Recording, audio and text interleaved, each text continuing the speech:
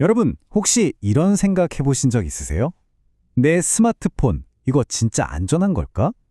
만약에 내가 전혀 모르는 사이에 내 전화번호가 범죄자들 손에 넘어가서 여기저기 나쁜 데 쓰이고 있다면 어떨 것 같으세요?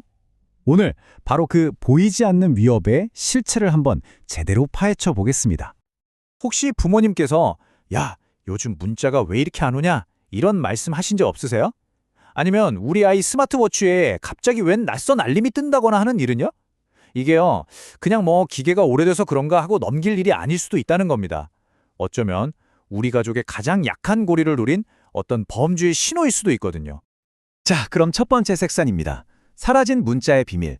도대체 왜 이런 이상한 일들이 벌어지는 건지 그 사라진 문자 메시지 안에 숨겨진 비밀부터 한번 따라가 보시죠. 핵심은 바로 이겁니다. 우리가 그냥 평소처럼 지내는 바로 그 순간에 사이버 범죄자들이 우리한테 오는 문자 메시지를 중간에서 통째로 훔쳐보고 있다는 거예요. 그리고 그걸로 뭘 하느냐? 바로 우리 전화번호 자체를 빼앗아가는 겁니다. 말 그대로 비행기를 납치하듯이요. 그래서 이걸 하이제킹이라고 부릅니다. 자, 두 번째 섹션입니다. 보이지 않는 위협, SMS 하이제킹. 이제 이 공격이 정확히 어떤 건지, 얼마나 무서운 방식으로 작동하는지 제가 하나하나 알려드릴게요. SMS 하이제킹, 이름 그대로 문자 메시지를 납치하는 공격인데요. 핵심은 이거예요. 범죄자들이 우리 휴대폰을, 그러니까 기기 자체를 멀리서 조종해서요. 나한테 와야 할 모든 문자를 중간에서 그냥 다 훔쳐보는 거죠. 근데 진짜 무서운 건 뭐냐면 그냥 일반 문자만 보는 게 아니라는 겁니다. 은행이나 카드사 아니면 SNS에서 오는 본인 인증 코드 있잖아요. 그런 아주 중요한 것까지 싹 다 가져간다는 거예요. 이 공격 방식이요, 진짜 기가 막힙니다. 한번 보세요.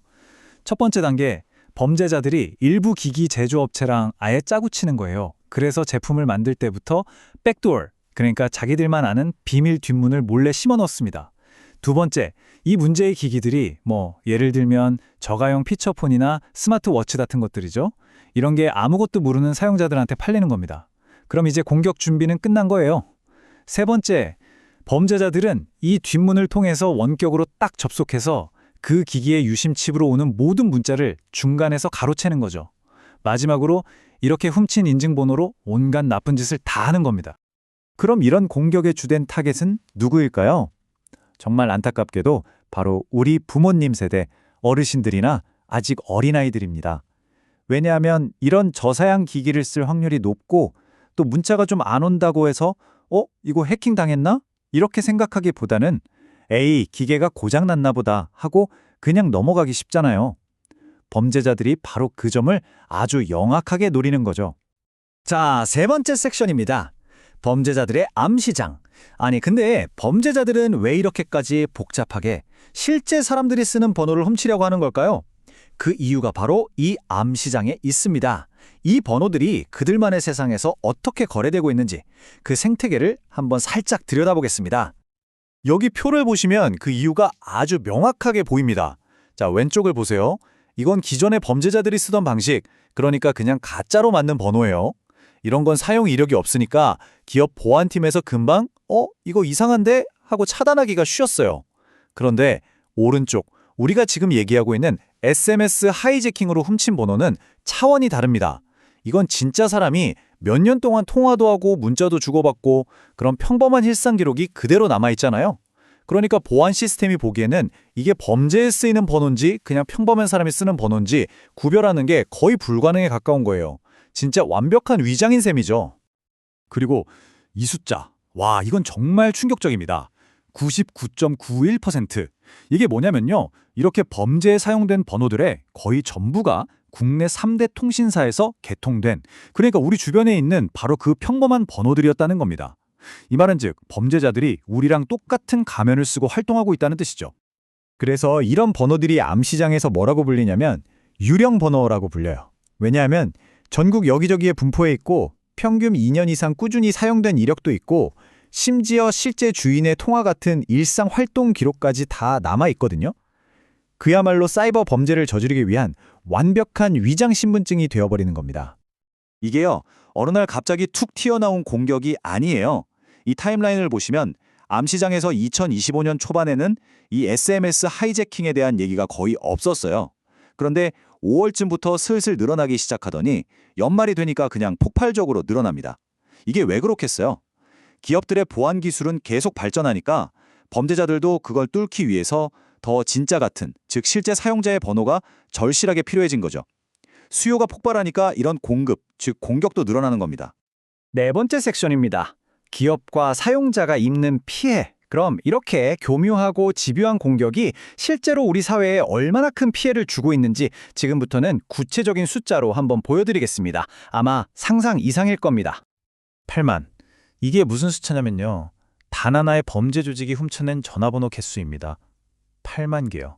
그러니까 8만 명의 사람들이 나도 모르는 사이에 내 번호가 범죄에 쓰이는 일종의 도구가 되어버렸다는 거죠. 정말 어마어마한 숫자입니다. 그리고 그 8만 개가 넘는 번호로 뭘 했을까요? 단 일주일 만에 무려 7만 개가 넘는 가짜 계정을 만들어냈습니다. 그리고 이 계정들을 가지고 기업들이 뿌리는 할인 쿠폰이나 신규 가입 포인트 같은 걸 그냥 싹쓸이 해간 거예요. 기업 입장에서는 마케팅 비용이 그냥 줄줄 새나간 거죠. 그리고 이 피해가 특정 분야에만 국한된 게 아닙니다. 2025년 9월 이후로요. 우리가 흔히 쓰는 이커머스, 소셜미디어, 배달앱 이런 곳들을 포함해서 최소 13개 이상의 산업 분야에서 똑같은 공격이 발견됐어요. 사실상 우리 생활과 관련된 거의 모든 서비스가 공격 대상이라고 봐도 무방합니다. 그럼 구체적으로 어떤 위험이 있느냐? 크게 세 가지로 볼 수 있습니다. 첫 번째는 앞에서 말씀드린 마케팅 사기예요. 기업의 돈을 빼가는 거죠. 두 번째는 소셜미디어 저작입니다. 가짜 계정으로 막 이상한 글을 퍼뜨리거나 사기 메시지를 보내는 데 쓰는 거예요. 그리고 마지막 세 번째, 이게 개인한테는 가장 치명적인데요. 바로 계정 탈취입니다. 훔친 인증번호로 그냥 내 계정의 비밀번호로 바꿔버리고 통째로 가져가는 거죠. 내 SNS, 내 쇼핑몰 계정이 어느 날 갑자기 범죄자의 것이 될 수 있다는 이야기입니다. 이 그래프를 보시면 상황이 얼마나 심각한지 바로 알 수 있습니다. 이게 주요 소셜미디어 플랫폼에서의 공격 성공률인데요. B 플랫폼은 60%, C는 75%, 대부분 50%를 훌쩍 넘죠? 이건 뭘 의미하냐면 현재 기업들이 가지고 있는 보안 시스템으로는 이렇게 진짜 사용자처럼 위장한 공격을 거의 막아내지 못하고 있다는 아주 명백한 증거입니다. 자, 상황이 정말 심각하죠. 그럼 우리는 그냥 이렇게 속수무책으로 당하고만 있어야 할까요? 당연히 아니죠. 마지막 5번째 섹션에서는 나와 내 회사를 지키는 방법에 대해서 이야기해 보겠습니다. 먼저 우리 개인이 할 수 있는 예방법입니다. 아주 중요하니까 잘 들어주세요. 첫째, 기기를 살 때 신중해야 합니다. 출처가 불분명하거나 상식적으로 너무 싸다 싶은 제품은 일단 의심하고 봐야 해요. 흔히 말하는 산무 제품, 브랜드도 없고 인증도 없고 실체도 없는 그런 제품은 피하는 게 상책입니다. 그리고 둘째, 주기적으로 확인하는 습관입니다. 내가 자주 쓰는 중요한 서비스들 있잖아요. 거기에 가끔씩 들어가서 로그인 기록이나 활동 기록을 한 번씩 살펴보는 거예요. 만약 내가 로그인한 적 없는 이상한 시간이나 장소에서 접속한 기록이 있다? 그럼 바로 비밀번호부터 바꾸셔야 합니다. 자, 그럼 기업은 어떻게 해야 할까요? 이제는 그냥 성벽 높게 쌓고 공격이 오기만을 기다리는 그런 수동적인 방어만으로는 안 됩니다. 더 능동적으로 움직여야 해요. 예를 들면 범죄자들이 모여있는 암시장의 동향을 계속 주시하면서 아, 요즘은 이런 수법이 유행하는구나 하고 먼저 파악하는 거죠. 그리고 그 정보를 바탕으로 우리 회사의 보안 규칙을 더 정교하게 다듬는 겁니다. 진짜 사용자와 진짜처럼 보이는 가짜 사용자를 구별해내는 그런 정밀한 시스템을 만들어야 한다는 뜻입니다. 네, 바로 이겁니다. 수동적 예방에서 선제적 방어로의 전환. 이게 오늘 이야기의 가장 핵심적인 메시지입니다. 이제는 그냥 문제가 터지면 막는 수준이 아니라 위협을 한 발 앞서서 예측하고 먼저 움직이는 그런 선제적 방어 체계를 갖춰야만 이런 신종 공격들로부터 우리를 지킬 수 있습니다. 오늘 우리가 함께 살펴본 것처럼 사이버 위협은 정말 우리가 잠시 한눈 파는 사이에도 계속해서 진화하고 있습니다. 이런 최신 정보보호 소식이나 더 깊이 있는 정보가 궁금하시다면요. 지금 화면에 보이는 주소 있죠? 누리캡스와 함께하는 정보보호 네이버 밴드에 한번 방문해 보세요. 훨씬 더 빠르고 유용한 정보들을 얻으실 수 있을 겁니다.